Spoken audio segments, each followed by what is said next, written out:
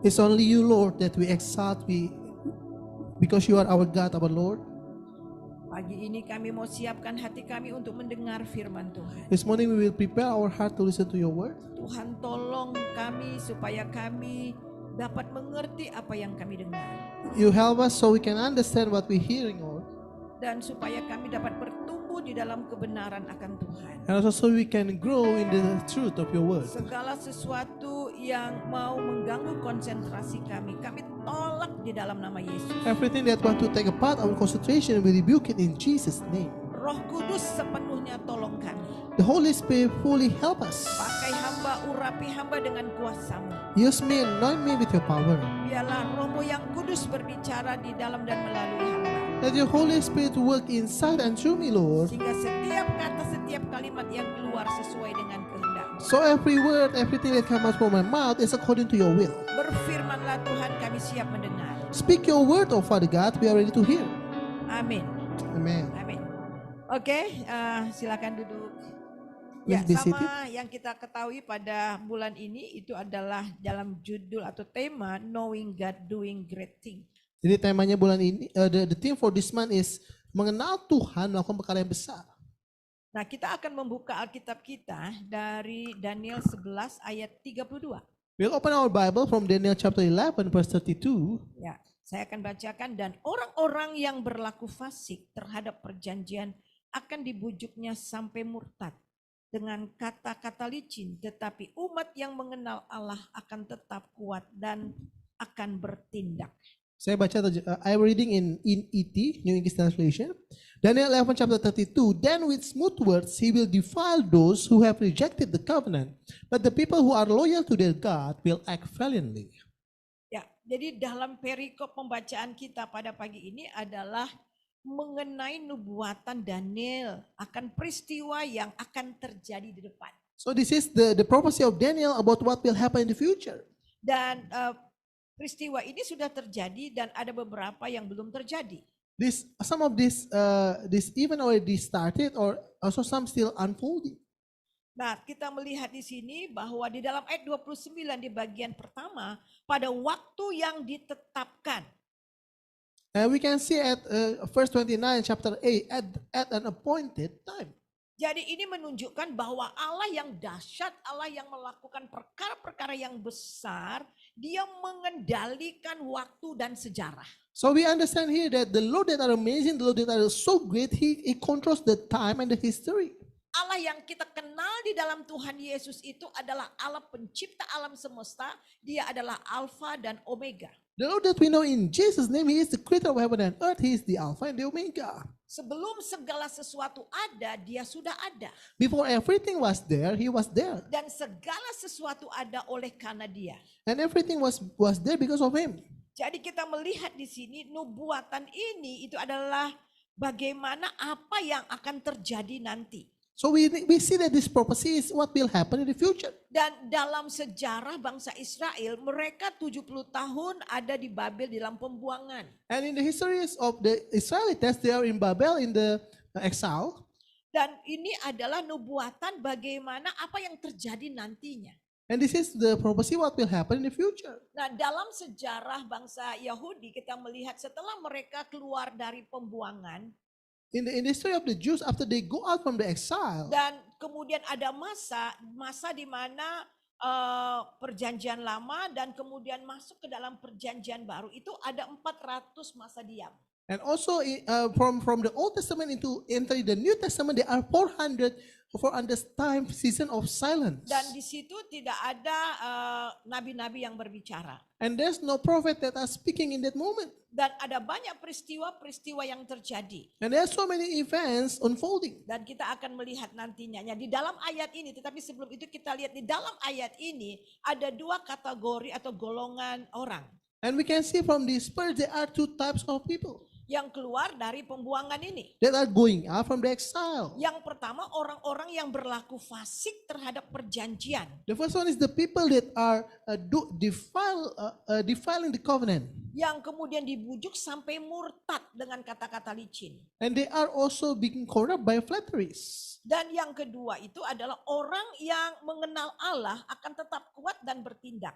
And also the second person is the people that know their God shall be strong and do exploits. Pertama, mari kita melihat apa yang dimaksudkan dengan fasik menurut Alkitab. Let's see what is the defiled people in the Bible. Nah, orang fasik ini bukan tidak tahu tentang Allah.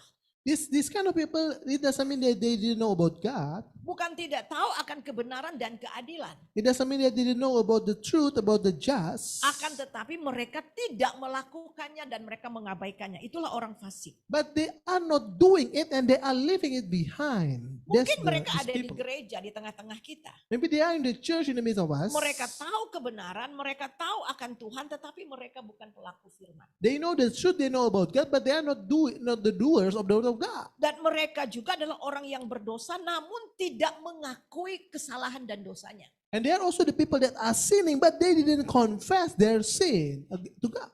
Jadi walaupun mereka sudah berdosa melakukan banyak hal, tetapi mereka menganggap itu sesuatu yang wajar. Even though they are already doing so many sin against the Lord, they think it is just something ordinary. Dan mereka bisa disebut juga orang yang tidak beriman. We can also call them the people that doesn't have faith. Walaupun mereka mengetahui keberadaan Allah, tapi enggan mentaati firman-Nya. Even though they know that God is there, but they doesn't want to follow His word. Di dalam Mazmur 36 ayat kedua, dosa bertutur di dalam orang fasik. Rasa takut akan Allah tidak ada pada orang itu. And in Psalm 36, verse 1 and 2, an evil man is rebellious to the core, he does not fear God, for he is too proud to recognize and give up his sin. Jadi di dalam hati orang fasik itu hanya tidak ada ketakutan akan Allah. So in the heart of the wicked, they doesn't have the fear to the Lord. Dan perkataannya penuh dengan tipu daya. And his word is full of deceit. Jadi orang fasik menurut Alkitab adalah orang yang juga selalu kompromi terhadap dosa. So the wicked from the Bible is also those people that are always playing around with sin. Tadi saya katakan mereka tahu tentang kebenaran tetapi mereka tidak melakukannya. They know the truth but they didn't do it. Dan mereka kompromi terhadap dosa. And they are compromising with the Nah, sin. kita kembali kepada Daniel pasal yang ke-11. Let us back into Daniel chapter 11. Pasal 11 ini membuat garis besar peristiwa-peristiwa penting. This is like a picture of the important events. Di mana Antiochus Epiphanes, penguasa Yunani yang mencemarkan bait Allah. There's Antiochus Epiphanes, the leader of the Greek that are defiling the temple of the Lord. Antiochus ini mengembangkan rasa benci terhadap orang-orang Yahudi dan hukum perjanjian yang kudus. Antiochus make a hate for the Jewish people and also to the Holy Covenant. Jadi Antiochus ini juga yakin sekali bahwa budaya agama orang Yunani itu begitu unggul dibandingkan dengan yang lainnya. They are also thinking that the Jews are much higher than the people. Dan dia sangat The Greek, membenci tradisi orang Yahudi atau agama Yahudi yang sangat eksklusif. And they are really hateful to the tradition of the Jews. Jadi saudara, jadi sekitar tahun 168 sebelum Masehi, sebelum Tuhan Yesus datang. So around 168 before Christ, Jadi sebelum Tuhan Yesus lahir maksudnya. before Christ was born, Dan kita lihat di sini bahwa Antiochus ini menyerbu Mesir. and we can also see that Antiochus are attacking Egypt, Tetapi Romawi mengalahkannya. but Rome defeat him. Akhirnya Antiochus kembali ke negerinya, di situ ia melampiaskan kekecewaannya. And he come back to his land and then he shared his disappointment Kepada orang-orang Yahudi. to the Jews Dan juga kepada orang-orang yang mengkhianati perjanjian kudus. and also to the people also that are defiling the covenant. Jadi bagaimana dia melampiaskannya? Kita melihat di sini yang pertama itu kepada kelompok yang pertama dia mengasut dan juga dengan kata-kata licik sehingga orang-orang yang murtad yang fasik ini akhirnya murtad. So at first he is going to the people that are the wicked one. He is going by some word and in the end they are violating the covenant. Jadi orang yang bagian pertama itu yang akhirnya bergabung dengan Antiochus. So these first people are joining Antiochus.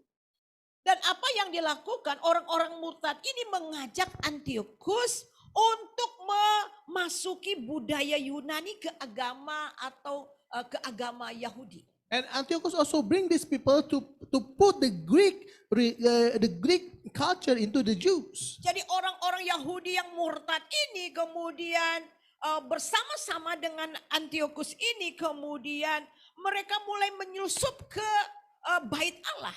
And also these people within Antiochus, they are starting to go into the temple of God. Oleh sebab itu Antiochus kemudian pergi ke Yerusalem And then Antiochus go to Jerusalem dan mempersembahkan seekor babi di bait suci. and sacrifice a pig in the temple of the Lord. Kemudian kita melihat di sini ini sangat-sangat mendukacitakan Tuhan. And this is really make the Lord grieving. Dan ini menghina akan hadirat Tuhan. And this is also making bad the presence of the Lord. Sehingga persembahan-persembahan harian yang telah ditetapkan Tuhan dalam hukum Taurat, perjanjian Tuhan disingkirkan. So all the daily sacrifices that are stated in the Bible are being cast away, being moved. Dan Antiochus mendirikan patung Zeus, dewa Yunani di tempat kudus. And Antiochus also bring the Zeus god in the temple of the Lord. Jadi kita bisa bayangkan bahwa kita lihat pagan dari agama pagan ini betul-betul dibawa ke bait Allah.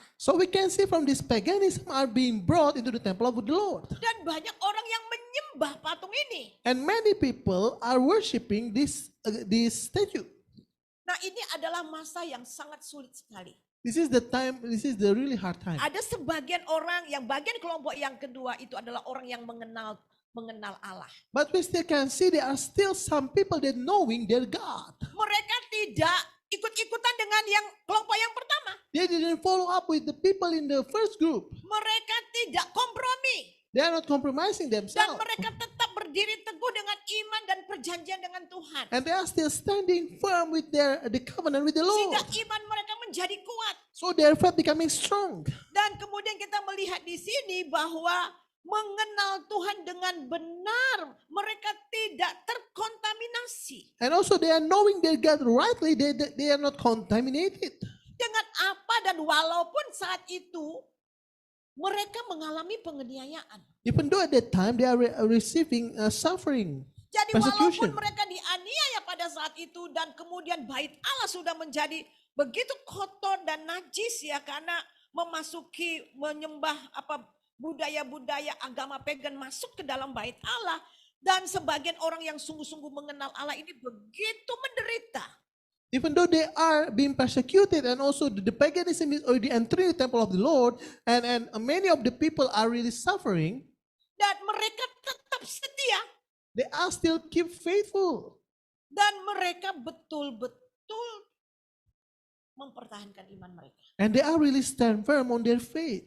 Nah, saudara, saya mau katakan bahwa itu ada satu orang yang bernama Yudas Makabe. After that, there were a person say the name is Judas Mascade. Nah, dia itu seorang imam dan akhirnya mereka kemudian mulai menentang keras akan semua yang dilakukan oleh Antiochus. He is a priest of the Lord and also he is against what Antiochus did to the temple of God. Dan akhirnya Antiochus terdesak dan kemudian pulang ke tempatnya. And in the end, Antiochus was being pushed and then he go back to his place. Barulah kemudian ada pemulihan di bait Allah. And then after that, there are restoration in the temple of the Lord. Dan mereka mulai menyalakan lampu-lampu dian dan semua kembali seperti semula. And they start to light up all the things over there and the things started to go back.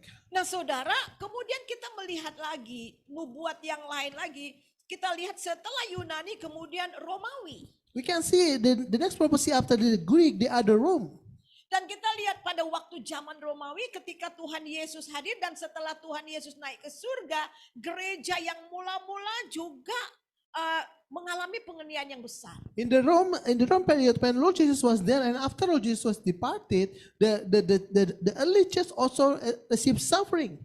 Masa kekaisaran itu diperkirakan ada 6 juta orang yang dibantai karena iman mereka. When the emperor reigns, it's like 6 million people that are being killed because of their faith.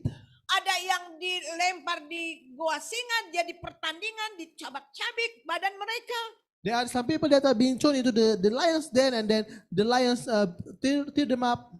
Ada yang dibakar hidup-hidup dan bermacam-macam. There are also some people that being fired, being burned, still alive, and there's so many things. Itu di dalam, kita lihat dalam kisah gereja di Asia Kecil.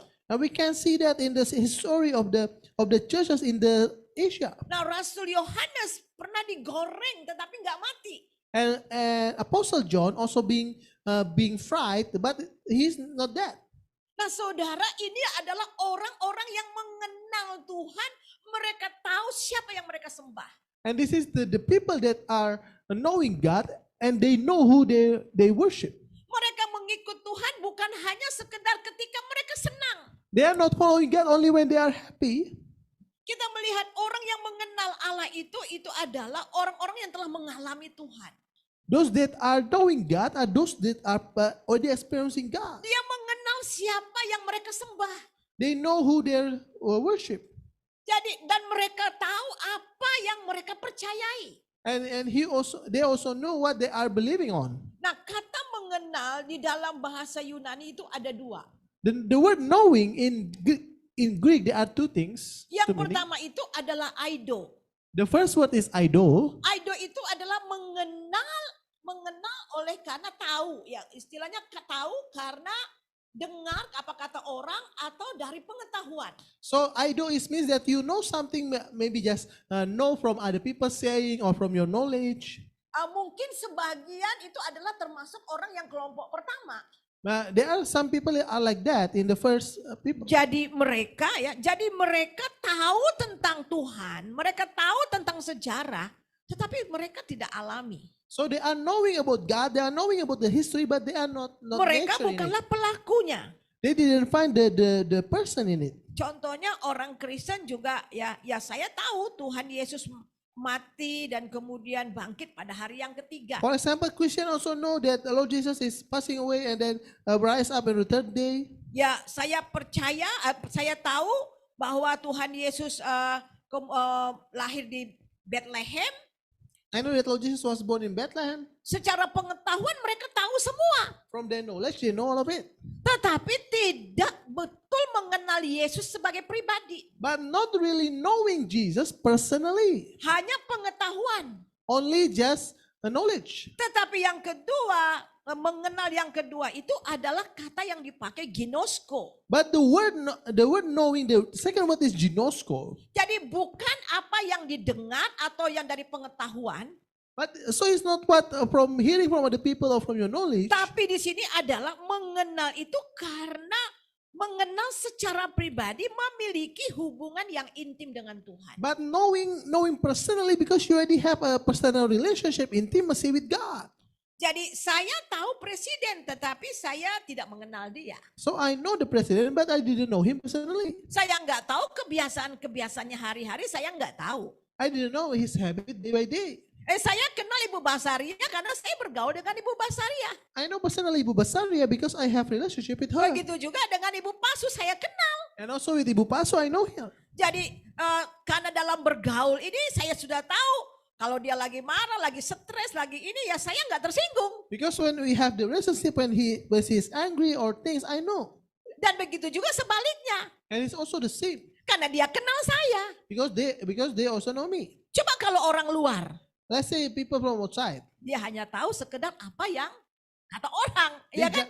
They just know from what people say. Nah, kita mengenal di sini Tuhan ini mengenal secara intim dengan Tuhan. So we are knowing God here, knowing God intimately. Itu artinya bahwa kita bergaul dengan Tuhan. It means that we have relationship with God. Jadi benar-benar mempunyai hubungan dengan Tuhan. So really have relationship with God. Untuk inilah Tuhan Yesus datang ke dunia. For this, Lord Jesus came into the earth. Dia datang supaya hubungan yang telah terputus karena dosa boleh kembali lagi. He came to the earth so the relationship that are being broken because of sin can be restored again.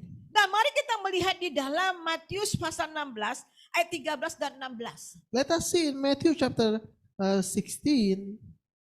Setelah Yesus tiba di daerah Kaisaria Filipi, ia bertanya kepada murid-muridnya, kata orang, siapa anak manusia itu?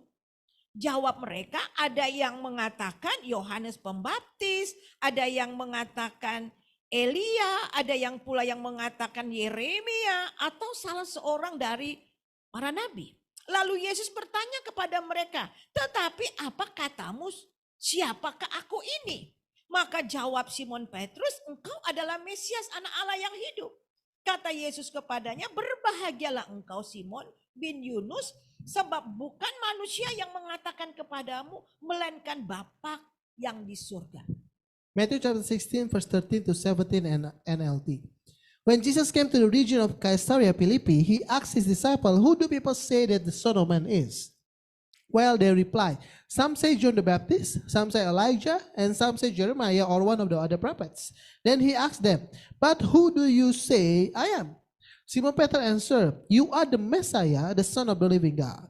Jesus replied, you are blessed, Simon son of John, because my Father in heaven has revealed this to you. You didn't learn this from any human being. Jadi saudara, pertanyaannya, di mana posisi kita? Posisi saudara. So the question is, where is your position, brethren? Apakah saudara hanya mengenal Yesus, tahu apa kata orang? Are you only knowing Jesus by what other people say? Atau siapa Yesus menurut pribadi kita? Or who is Jesus according to your personal belief? Jadi kita melihat di sini, menurut kata orang, dia itu adalah Nabi Yeremia, Elia, dan sebagainya. As people say that he is Jeremiah, he is Elijah, or other prophets. Itu kata orang. That's what the people say. Tapi Tuhan tidak mau apa kata orang. But the Lord doesn't want what the other people say. Tetapi menurut kamu pribadi, aku ini siapa bagimu? But from you personally, who am I to you? Dan kita lihat Petrus katakan, kamulah Mesias, anak Allah yang hidup. And Simon Peter answered, you are the Messiah, the Son of the living God. Jadi dia katakan Mesias itu adalah bagaimana dia datang menjadi manusia. The Messiah is when he is coming and become man. Anak Allah berarti itu adalah Allah sendiri. The Son of the living God, it means that he is God himself. Jadi Petrus mengakui bahwa Yesus itu adalah Mesias dan Tuhan. So Petrus acknowledges that Lord Jesus is Messiah and God. Dan kemudian berbahagialah engkau Simon bin Yunus, sebab bukan manusia yang mengatakan kepadamu, melainkan Bapamu yang di sorga. And Jesus replied, you are blessed, Simon son of John, because my Father in heaven has revealed this to you. Jadi satu hal yang perlu kita ketahui, kalau kita saat ini bisa mengenal Tuhan secara pribadi, dan kemudian kita mempunyai hubungan secara pribadi, itu semua karena anugerah. So I want to say that if we can know God and we can have personal relationship with God, all of that is because of grace. Bayangkan Allah yang maha kuasa, pencipta alam semesta dan segala sesuatu ada, dan dia ada sebelum segala sesuatu. Dan Allah yang penuh perkasa itu, you can imagine that he is the one that are there before everything was began, and he is there because he created everything. Dan apa yang dia buat tidak mungkin bisa mencapai otak kita untuk mengerti akan dia. And what he made, we cannot understand it by our own mindset. Dia itu pencipta, kita ini ciptaan. He is the creator, we are the one that been created. Bagaimana ciptaan itu bisa mengenal dia? Who is the one that been created can know him, the Tetapi creator. yang sangat luar biasa, dia memperkenalkan dirinya kepada kita. But the amazing thing is, he showed himself unto us. Mulai kita lihat dari Kejadian dan seluruh Alkitab, kita melihat bagaimana Tuhan berulang-ulang kali berbicara kepada bangsa Yahudi di dalam sejarah.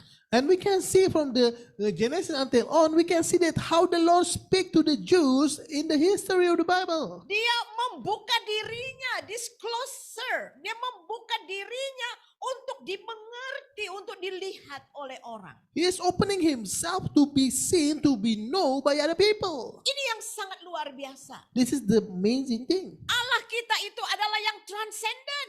Our God is the God of transcendent. Transenden itu yang maha-maha. Transcendence means that is more amazing. Maha tinggi, maha kuasa, maha kudus, maha mulia, dan segala maha. A glorious, almighty, holy and all. Jadi Allah yang sebenarnya nggak bisa kita jangkau. The Lord that actually we cannot reach him. Akan tetapi luar biasa, Allah yang di dalam Yesus yang kita sembah, dia bukan hanya Allah yang transenden, tetapi Allah yang amanen. But the Lord that our in God is not only the transcendent God, but also an immanent God. Mari kita membuka di dalam Yesaya pasal yang ke-15, ayat yang ke-57. Let us open in Isaiah chapter 15, verse 57. Mungkin terbalik dia coba. Yesaya yang mengatakan bahwa Allah itu maha tinggi tetapi dia juga diam di antara orang-orang yang rendah hati. Kalau Yesaya 57 ayat 15 mungkin ya. Ya. Ya, silakan. Yesaya 57 ayat 15 firman Tuhan. Sebentar ya. Sebab beginilah firman yang maha tinggi dan yang maha mulia, yang bersemayam untuk selamanya dan yang maha kudus namanya. Aku bersemayam tempat tinggi dan tempat kudus, tapi juga bersama-sama orang yang remuk dan rendah hati, untuk menghidupkan semangat orang-orang yang rendah hati dan untuk menghidupkan hati orang-orang yang remuk. Wah, ini luar biasa. Allah yang luar biasa tinggi, maha tinggi, yang tak terjangkau. We can see that this is a great God that we cannot reach this God, amazing God. Allah yang melakukan perkara-perkara besar The Lord that do great and mighty things yang tidak mungkin tercapai dari otak kita ini. that we cannot reach by our mindset. Tetapi dia juga tinggal di tengah-tengah orang yang remuk hatinya. But He also stay within the people that are broken hearted. Ini artinya orang-orang yang benar-benar mengalami kesusahan, yang rendah hati, dia ada dalam hidup kita. It means that for the people that are really broken hearted, He is there for us. Dia adalah firman yang menjadi manusia dan kita telah melihat kemuliaannya di dalam Tuhan Yesus. So He is the great amazing God, and we can see His glory in Jesus. Jadi mengenal Yesus itu mengenal Allah yang benar. And we can know Jesus, the true righteous God. Mari kita melihat di dalam 1 Yohanes 5 ayat yang ke-20. Let us see from 1 John chapter 5 verse 20. Akan tetapi kita tahu bahwa anak Allah datang dan telah mengaruniakan pengertian kepada kita supaya kita mengenal Allah yang benar dan kita ada di dalam yang benar, di dalam anaknya Yesus Kristus. Dialah Allah yang benar dan hidup yang kekal. 1 John chapter 5 verse 20, the Bible say, and we know that the Son of God has come and He has given us understanding so that we can know the true God and know we live in fellowship with the true God because we live in fellowship with His Son, Jesus Christ. Jadi He is the only true God and He is eternal life. Jadi kita lihat di sini bahwa anak Allah datang telah mengaruniakan pengertian kepada kita. So we can see here that the Son of God coming and already give us understanding. Jadi dengan datang kepada Yesus, percaya kepada Yesus, kita mengerti dengan benar. So by we coming unto Jesus, we understand rightly Akan Allah yang benar itu. about that true righteous God. Dan di sini dikatakan dan kita sudah ada di dalam yang benar. And we are already living inside the truth. Dan di dalam anaknya Yesus Kristus, dialah Allah yang benar dan hidup yang kekal. And in His Son Jesus Christ, He's the only true God and His eternal life. Itu bayangkan saja, kita ini disebut anak-anaknya. Can you imagine we are being called as His children? Sebab itulah dalam Alkitab, ya kita digambarkan seperti bapa dengan anak. That's why in the Bible is being described like a father into the son or into the daughter. Sahabat dengan sahabat. It's like a best friends. Kemudian seperti mempelai laki-laki dengan perempuan. And it's like the bride into the groom. Ini luar biasa sekali saudara. This is such amazing thing. Jadi hubungan, jadi sekali lagi mengenal itu memiliki hubungan yang intim dan bergaul dengan Tuhan. So we are knowing, it means that we have intimacy and relationship with God. Nah kalau dalam keadaan yang seperti ini, apapun yang terjadi, bagaimanapun situasi, kita tidak akan pernah meninggalkan Tuhan. So in this intimacy, even though we have a situation, we will never leave God. Mengapa orang murtad? Why people backslide unto Dengan God? begitu gampangnya. Because they are easily doing it. Karena cowok, karena cewek, ya. Because of Tinggalkan men, Yesus. of women living Christ, Karena pekerjaan. because of work, Karena keinginan dunia. Karena dunia yang luar biasa ditawarkan. because of all the things on the world, because there's being given unto them. Mereka meninggalkan Yesus. They are living Christ. Kenapa? Karena mereka tidak mengenal Yesus Why they secara are sungguh-sungguh. doing it because they didn't know Christ truly. Kita melihat di dalam dua kelompok yang tadi. Di dalam Daniel pasal 11 ayat yang ke-32. We can see from these two people in Daniel chapter 11 verse 32. Jadi orang yang pertama itu hanya sekedar tahu dan mereka adalah pelaku-pelaku kejahatan. So the people in the first people is only the one that are know, and they are the wicked people Karena Dia mereka kedua. tidak melakukan kebenaran firman Tuhan. because they are not living doing the truth of the word. Akan tetapi orang yang kedua, kelompok yang kedua But the second group of people adalah kelompok orang yang betul-betul mengenal Tuhan. is a group of people that truly knowing God. Sehingga iman mereka semakin hari semakin dikuatkan. So their faith day by day are becoming Dan stronger. mereka itu adalah orang yang melakukan, menindaki firman Tuhan. And they are the people that are the doers of the word of God. Tidak menjadi persoalan betapa sulitnya penganiayaan pada saat itu. Mereka tetap setia sampai mati. It doesn't matter how much they suffering the persecution at that time, they are still faithful until the end. Jadi ciri-ciri orang yang mengenal Tuhan itu yang pertama itu adalah orang yang bergaul dengan Tuhan. So the characteristic of the people that knowing God at first is the people that are having a relationship Dan with yang God. kedua itu mereka bisa bertahan di dalam keadaan sulit sekalipun. And the second one, they can stand in even in the hardest situation. Walaupun harta kekayaan dunia ini yang ada pada mereka hilang, mereka tidak akan pernah luntur oleh karena dunia. Even though the wealth of the world are being taken by them, they will never be less in their faith because of it. Kita melihat contoh-contoh Ayub contohnya. We can see the example is Job. Dia orang yang kaya yang luar biasa. Ketika Tuhan mengambil segalanya, dia sama sekali tidak menyangkal Tuhan. He is a rich person, and then when the Lord take it all from him, he never denying God. Iblis bilang, wah nanti kalau diambil semuanya pasti dia menyangkal mengutuk Tuhan. The devil say, if you take everything from him, he will cursing you. Tetapi ketika semuanya habis, dia bilang, aku keluar dari ibuku telanjang dan kembali telanjang. But when everything has gone from him, he say that I come out from my mother's womb naked, I will go back to him naked. Dan terpujilah Tuhan. Praise to be the name of the Dan Lord. di dalam pengalaman-pengalaman itu justru dia mengenal Allah lebih lagi. And in that experience, he know God more deeply. Dulu dia katakan, dulu aku hanya mengenal apa kata orang tentang Allah, tetapi sekarang mataku sendiri telah melihat Tuhan. Before I just know God from what people say, but right now my eyes are seeing the Lord. Jadi pengenalan kita kepada Tuhan itu harus progressing, harus So- terus makin dalam. Our knowledge, our experience with God must progressive, must becoming deeper and deeper. Dan ini tidak dapat direnggut oleh apapun, And it cannot be taken by anything. termasuk nyawa sekalipun. Also, even our life cannot take it. Kita melihat bagaimana Abraham. We see how Abraham, Bapak Abraham ketika gembala-gembalanya bertengkar dengan gembala keponakannya Lot, when Abraham's shepherd are arguing with Lot's shepherds, kemudian Abraham bilang, oh kita nggak boleh seperti ini. Kamu lihat aja daerah yang paling yang kamu sukai. and then he said that we cannot be like this. Just see what the best thing that you want to get. Lot melihat, wah benar-benar seperti taman Tuhan. Tapi itu adalah Sodom dan Gomora. And he said that it's like the garden of God, but it's actually Sodom and Gomorrah. Dan Lot pilih tempat itu. And Lot choose that place. Dan akhirnya tinggal di situ. And also stay in that place. Apa yang jadi? Imannya kandas. What happened that his faith are broken.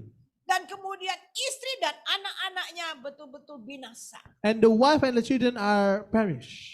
Tetapi Abraham memilih apa yang dipilih Tuhan. But Abraham chose what God chose for him. Kenapa? Abraham kenal Tuhan. Why? Because Abraham know his God. Dan Abraham tahu bahwa Tuhan itu setia kepada janjinya. And Abraham knows that the Lord is faithful to his promises. Kita melihat Musa. We see Moses. Bagaimana Musa itu diangkat menjadi pangeran putri daripada Firaun. We see how Moses are being taken by the princess of Pharaoh. 40 tahun dia tinggal di istana. For 40 years he was staying in the palace. Dia pangeran di situ. He is rising up in there. Tetapi dia rela meninggalkan semua dan datang dan menyembah kepada Allahnya. But he is willing to leave everything behind and he came to serve his God. Oleh sebab itulah Paulus katakan, kita melihat di dalam Filipi pasal yang ketiga. That's why Paul said in Philippians chapter 3, Pasal yang ketiga kita melihat di dalam ayat yang ke-8. Filipi pasal 3:8. Philippians chapter 3 verse 8. Dan berada di dalam dia bukan dengan kebenaranku sendiri karena mentaati hukum Taurat, melainkan dengan kebenaran karena kepercayaan kepada Kristus, yaitu kebenaran yang Allah anugerahkan berdasarkan kepercayaan. Yang kuhendaki mengenal dia dan kuasa kebangkitannya dan persekutuannya dalam penderitaannya, di mana aku menjadi serupa dengan dia dalam kematiannya. Philippians chapter 3 verse 9 and 10. And becoming one with him, I no longer count on my own righteousness through obeying the law. Rather, I become righteous through faith in Christ. For God's way of making us right with himself depends on faith. I want to know Christ and experience the mighty power that raised him from the dead. I want to suffer with him, sharing in his death, so that one way or another I will experience the resurrection from the dead. Jadi kita melihat di sini yang ku kehendaki mengenal dia, kata Paulus. Well, Paul said that I want to know God. I want to know him more and more. Saya mau mengenal dia lebih lagi, dan lebih lagi. Dan inilah tujuan hidup daripada Paulus. And this is the purpose of life of Paul. Mengenal dia dalam kuasa kebangkitannya. Knowing him in the power of his resurrection. Dan juga di dalam persekutuan penderitaannya. And also in his suffering. Supaya dia juga mengalami kebangkitan dari antara orang mati. So I also can experience the resurrection from the dead. Paulus katakan, tetapi di dalam ayat yang ke-7, tetapi apa yang dahulu merupakan keuntungan bagiku, sekarang ku anggap rugi karena Kristus. But at verse 7, Paul say, I once thought these things were valuable, but now I consider them worthless because of what Christ has done. Malahan segala sesuatu ku anggap rugi karena pengenalan akan Kristus Yesus. For as everything else is worthless when compared with the infinite value of knowing Christ Jesus my Lord. Jadi Tuhanku lebih mulia dari semuanya. So my God are more glorious than everything else in the world. Oleh karena dialah aku telah melepaskan semuanya dan menganggap sampah supaya aku memperoleh Kristus. For his sake, I have discarded everything else, counting it all as garbage, so that I could gain Christ. Jadi Paulus katakan dulu dia fanatik, dia orang Farisi. Dia melakukan keagamaannya yang luar biasa dan sama sekali tidak bercacat. Tetapi dibandingkan dengan pengenalan akan Tuhan, semuanya itu yang lalu itu sampah. He said that before I am a Pharisee, before I am a fanatic, before I am doing all my religion, but I think everything in my behind is taken this as garbage. Saudara, saya sangat bersyukur saya mengenal Yesus. I am so grateful that I am knowing Christ. Gimana dengan saudara? Haleluya. How about you? Mengenal Yesus itu artinya kita telah memiliki segalanya. Knowing Jesus means that we already own everything. Amin. Amen. Coba bilang, mengenal Yesus telah memiliki segalanya. Knowing God, knowing having everything. Semua akan berlalu. Everything will pass away. Amin. Tetapi firman Tuhan tidak pernah berlalu. But the word of God never pass away. Berapa sih umur kita di dunia ini?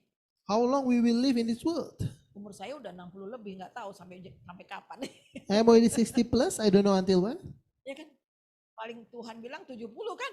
Kalau 70 dikit banget ya. The Lord says lagi. 70. Saya sih maunya 90 gitu, 30 tahun lagi lah Tuhan gitu kan. I want 90, got 30 more years. Semua kita tinggalkan di dunia ini. Everything we will be left behind in the world. Nanti kalau dikubur juga 1 kali 2 ya. If you are being buried, it's only 1 times 2 maybe. Saya cuma pakai jas atau kalau saudara pakai jas atau pakai baju pengantin atau apalah. Habis itu semua ditinggalkan. Semua kemuliaan, harta, benda yang susah payah, semuanya ditinggalkan. You're only wearing your suit or so, and then everything will be left behind in the world. Ketika suami saya meninggal, saya lihat dia punya jas yang paling terbaik ada di lemari, gak ada dipakai lagi. When my husband was passed away, I can see the best suit of what my husband has is on the closet. He didn't wear it again. Cincinnya yang bagus, yang mahal ditinggalkan. The best ring, he left it behind. Semua ditinggalkan seperti hanya kenangan saja di lemari. Everything being left behind is just like a memory. Jadi saudara, gak ada yang kita bawa. So we will not bring anything. Jadi dengan mengenal Tuhan, kita mengenal segalanya. So by knowing God, we are knowing everything. Mengenal Tuhan itu berarti kita memiliki segalanya. Knowing God means that we know everything. Jadi kita melihat di situ Tuhan lebih berharga dari segalanya. So we can see that the Lord are more valuable than anything else. Mengenal Tuhan ini menentukan cara pikir kita. Knowing God make our mindset. Mengenal Tuhan juga menentukan cara hidup kita. Knowing God also make our lifestyle. Dan kita nggak sembarangan dengan hidup ini. And we're not playing around with our life. Kita bukanlah orang-orang yang tidak mengenal Allah. We are not the people that are not knowing our Tetapi God. mengenal Tuhan. But we are knowing our God.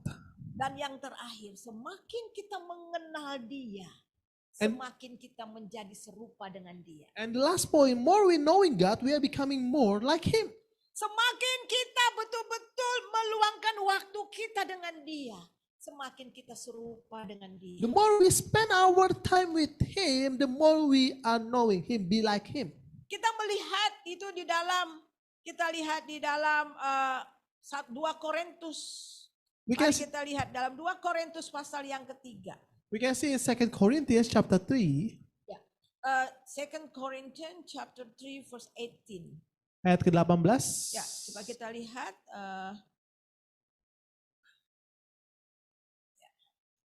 Ini sering saya saya bagikan ayat ini ya. Saya senang ayat ini ya. Ayat 18. Dan kita semua mencerminkan kemuliaan Tuhan dengan muka yang tak terselubung.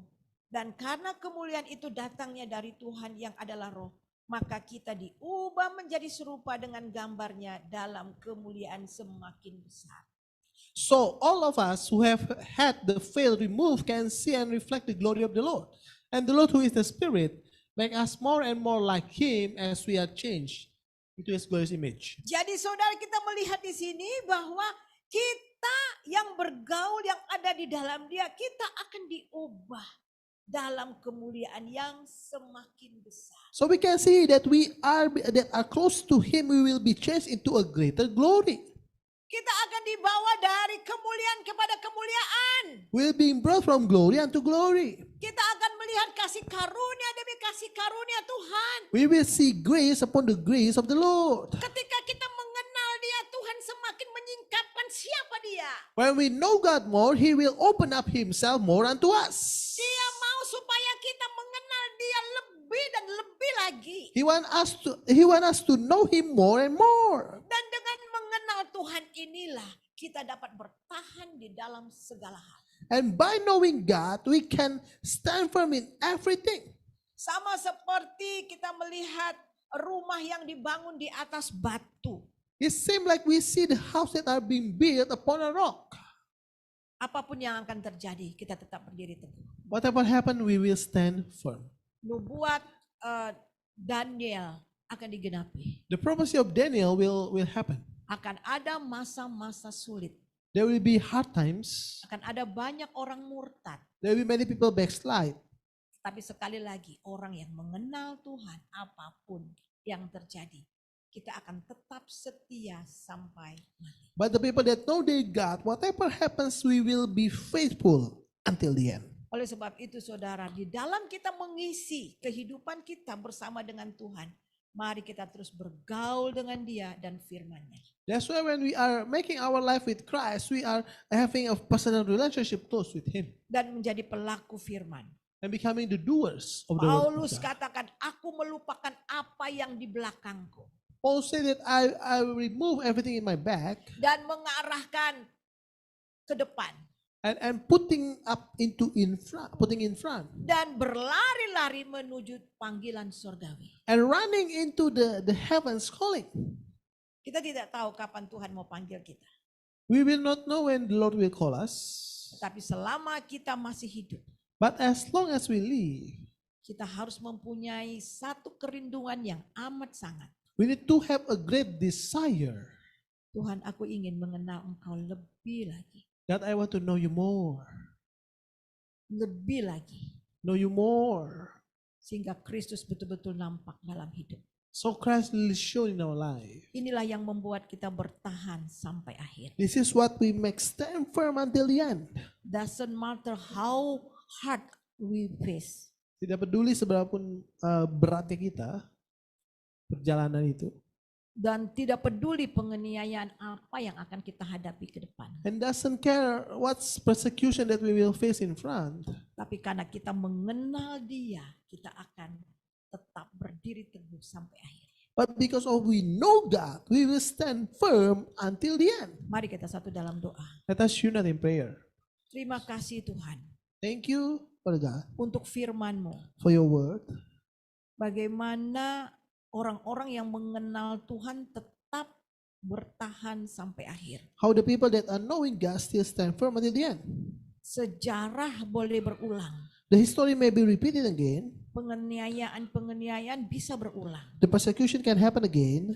Keadaan sukar pasti akan terjadi. Hard times will happen. Dan kami akan mengalaminya. And we will experience it. Tetapi firman Tuhan mengajar kami pada pagi ini. But the word of God teaches us this morning. Orang-orang yang mengenal Tuhan akan menjadi kuat dan semakin kuat. The people that know God will become strong and more stronger. Dan hidup mereka betul-betul menjadi pelaku firman. And their life will become the doers of the word of God. Orang yang tidak mengenal akan berlalu. The people that didn't know God will pass away. Tetapi orang yang mengenal Tuhan akan sampai kepada kekekalan. But the people that know their God will go into eternity. Hamba mau berdoa untuk setiap jemaat yang dengar firman pada pagi ini. I want to pray for every brother that listen to the word of God this morning. Berikan kepada kami satu kerinduan yang amat sangat. Give us the desire in our heart, O Lord. Untuk mengenal Engkau lebih dalam lagi. To know you deeper, Father God. Untuk mengalami Engkau lebih lagi. To experience you deeper, O Lord. Sehingga kami bisa menikmati Engkau dan mengalami Engkau dari hari ke hari. So we can enjoy you, experience you from day by day. Sehingga Kristus semakin hari semakin nampak dalam hidup kami. So Christ can be shown more day by day in our life. Sehingga apapun dan bagaimanapun keadaan kami. So whatever our condition is, Karena kami mengenal Engkau, because we know you, God, kami tetap berdiri teguh we will stand dan tidak goyah. and we are not shaken. Terima kasih Bapa. Thank you, Lord Jesus. Dalam nama Yesus. In Jesus' name, Amin. amen.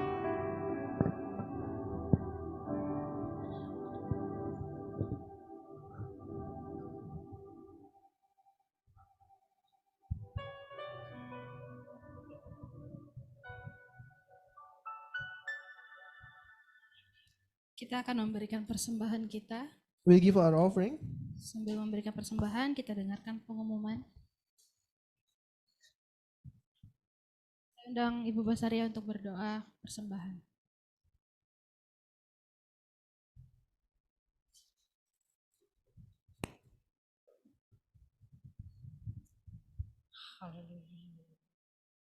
Bapa yang baik, Our good Bapa Father, Abraham, Ishak dan Yakub, the Father of Abraham, Isaac, and Jacob, Bapa yang kami sembah di dalam namamu Tuhan Yesus Kristus, Juru Selamat kami yang hidup. the Father that we worship in Lord Jesus Christ, our living Savior. Terima kasih Tuhan, Thank you, Father God. kami sudah mendengarkan akan isi hatimu. We will listen to your heart.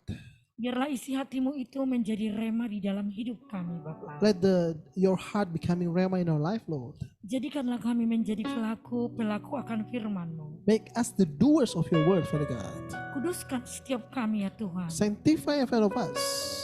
Bapa, kalau saat ini Tuhan kami ingin memberikan sebagian daripada apa yang Tuhan berikan kepada kami. If at this moment we'll give some part of what you give unto us, O Lord. Engkau yang memberkati setiap kami, You are the one that blesses every one of us. tangan-tangan yang mau memberikan dan yang belum bisa memberikan. The hand that can give and cannot give. Terima kasih Tuhan Yesus. Thank you, Lord Jesus. Di dalam namamu Yesus Kristus kami mengucap syukur dan berdoa. In Jesus' name Amen. we pray. Amen.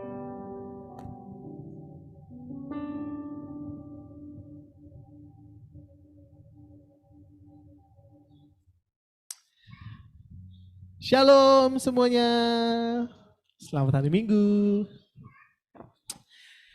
Siapa yang diberkati oleh firman Tuhan? Saya mau lihat tangan-tangan yang diberkati Tuhan. Kita percaya bahwa setiap dari kita yang mengenal Tuhan akan apa? Akan tetap setia sampai akhir. Di samping segala apa yang ada. Dan kita akan bertindak. Oke, saya akan berikan pengumuman untuk minggu ini. Yang pertama, minggu depan kita akan ada ibadah tempat ini. Hari Minggu tanggal 25 September 2022. Dan Pastor Fidelis akan bagi firman Tuhan bagi kita. Mari bagi setiap kita boleh sama-sama bergabung dan sama-sama diberkati oleh firman Tuhan. We'll have our Sunday service next week, Sunday 25 September 2022. And Pastor Fidelis will share the word of God for us. Let us join and be blessed by the word of God. For tomorrow, Monday prayer meeting 19 September 2022, Pak Wayne and Pastor Fidelis will lead us in the prayer. So let us join and pray together to the Lord. Untuk prayer meeting kita besok, hari Senin tanggal 19 September 2022, Pak Wayne dan Pastor Fidelis akan memimpin prayer meeting kita. Mari sama-sama kita bergabung dan kita bawa doa-doa kita di hadapan Tuhan. Prayer meeting ini akan diadakan via Zoom. Hari Selasa kita akan tetap ada Bible Study, dilanjutkan oleh Pastor Fidelis. Mari sama-sama kita pelajari firman Tuhan. On Tuesday we'll have the Bible Study, continued by Pastor Fidelis, and let us learn the Bible together. Bagi setiap saudara juga yang mau diaturkan jadwal untuk konseling atau mau mengirim pokok doa, Anda bisa menghubungi saya sebagai admin gereja. For any of you that want also to arrange a time for counseling or want to send your prayer request, you can contact me as a church admin. Itu saja pembahasan untuk minggu ini. Selamat hari Minggu, Tuhan Yesus memberkati. Kita akan mengakhiri ibadah kita. Saya undang semua untuk bangkit berdiri.